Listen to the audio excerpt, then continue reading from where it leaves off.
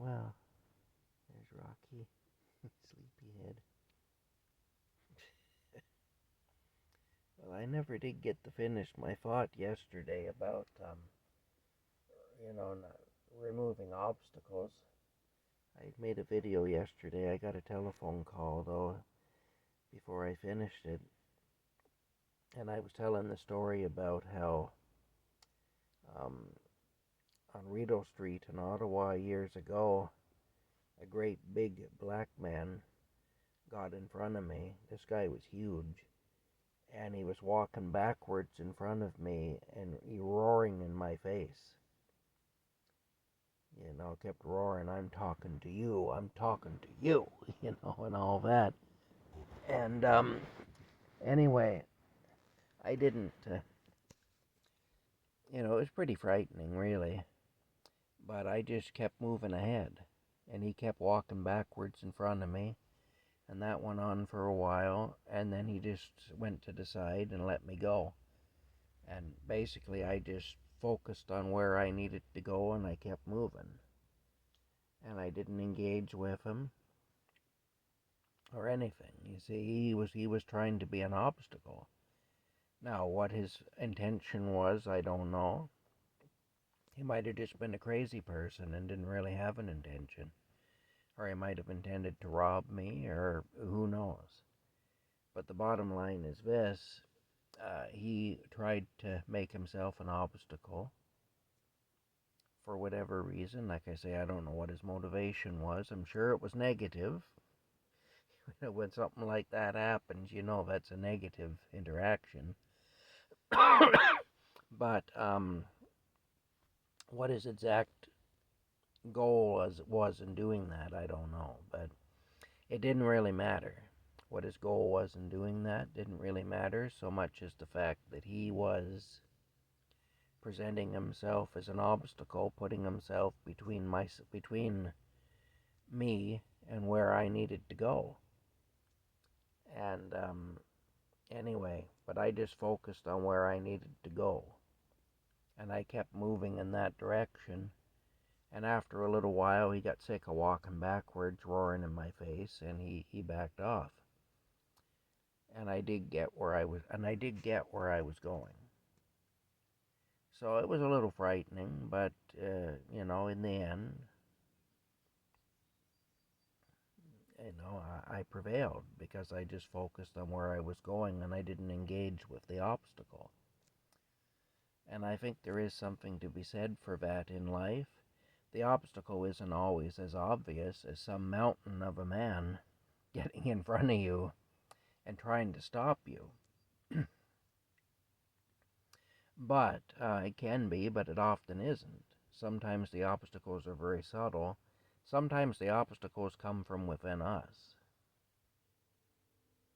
Sometimes we are the obstacle to whatever it is, to getting wherever we need to be.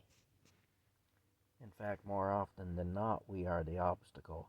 It's more often that I'm the obstacle between myself and what I need to do or where I need to be or what I need to accomplish.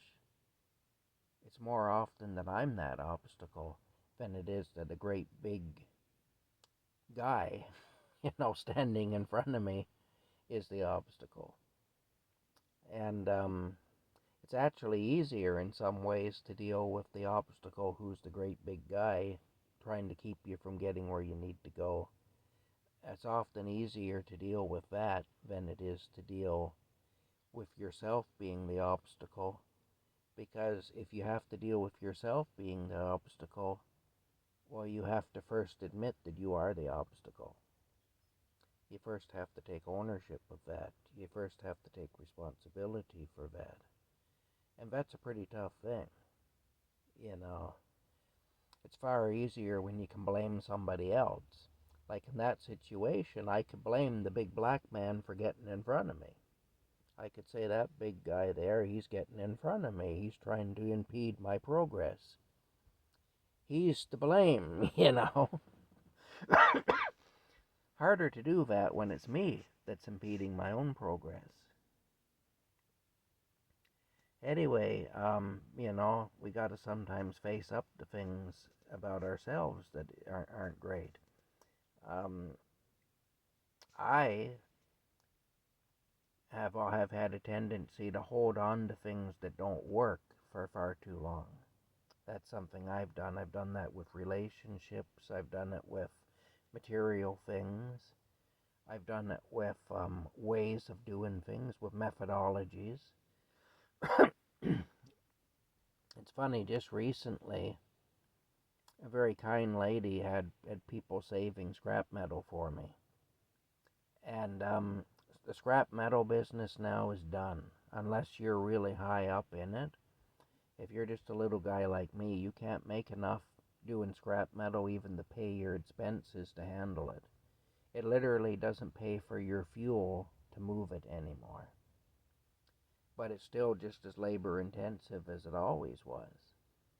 And anyway, so I've been trying to get her to stop getting people to save this stuff for me, because then I get stuck with it and then I have to do something with it, and it just isn't worthwhile.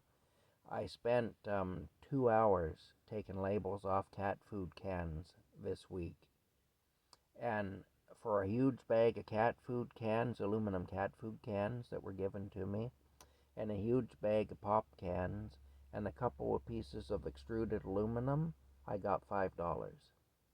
It cost me that in fuel to take it into town, you know, to transport it. Never mind my time. And so I think she understands now that it just isn't worth doing anymore, and she's asked people not to save the stuff for me anymore, which I'm glad about. But still, I'm appreciative of the fact that she wanted to help me.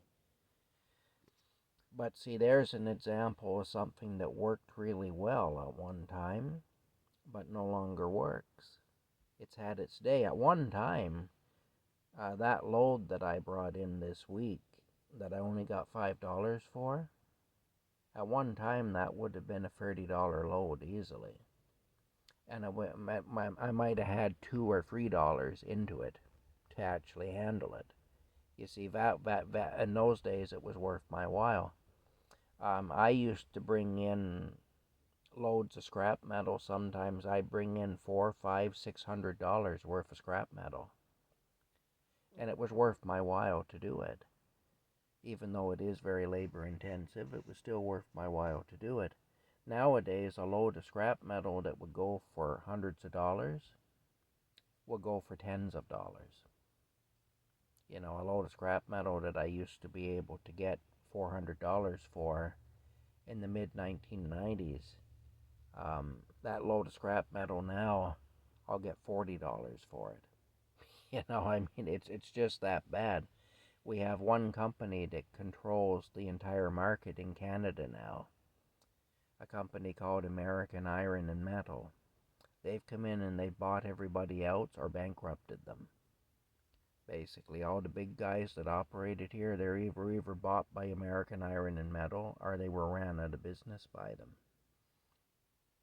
And the bottom line is, now they control the market, and they don't pay us guys anything really. And the smaller scrap yards end up dealing with them too.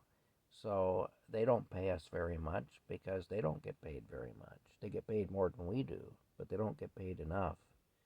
At the scrap yard where where I sell my stuff, I've noticed they have hardly any people working there anymore. It gets dead around there. Um, you know, like it just isn't what it used to be, unfortunately. But they see, there's an example where I could keep hanging on to that. And I'm not saying I'll never do it again. I'm just saying that a lot would have to change before I'd consider doing it again. As it stands right now, if it continues to be what it is right now, I won't be doing it anymore because it just isn't worth it. But back in the day it was. See, there's an example of something that no longer works. You know, It worked well in its day, though, but it no longer works. And so that's something I have had to let go. I've had to give up on the idea of earning money by doing scrap metal because it just isn't worth it, you know.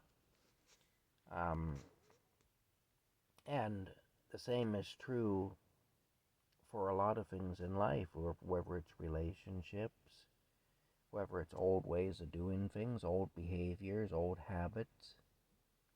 These are all things that can stand in our way if we let them.